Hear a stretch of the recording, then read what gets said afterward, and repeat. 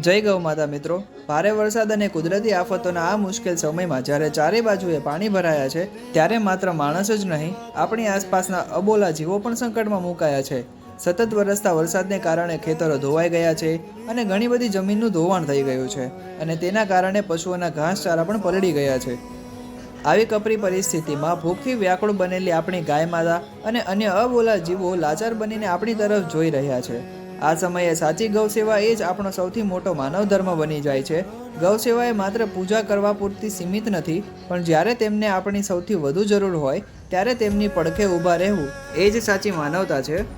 મિત્રો, હાલ અમારી રાધાકૃષ્ણ જનિતકારી ટ્રસ્ટ દ્વારા સંચાલિત મોરપીંછ ગૌશાળાની અંદર માટી ધોવાણ અને ઘાસચારો પલળી જવા જેવી સમસ્યાઓ ઊભી થઈ છે, એટલે આ માટે અમારે તમારા સહયોગની ખૂબ જ જરૂરિયાત છે.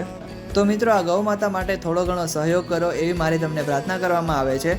જય ગૌ માતા. રાધે રાધે.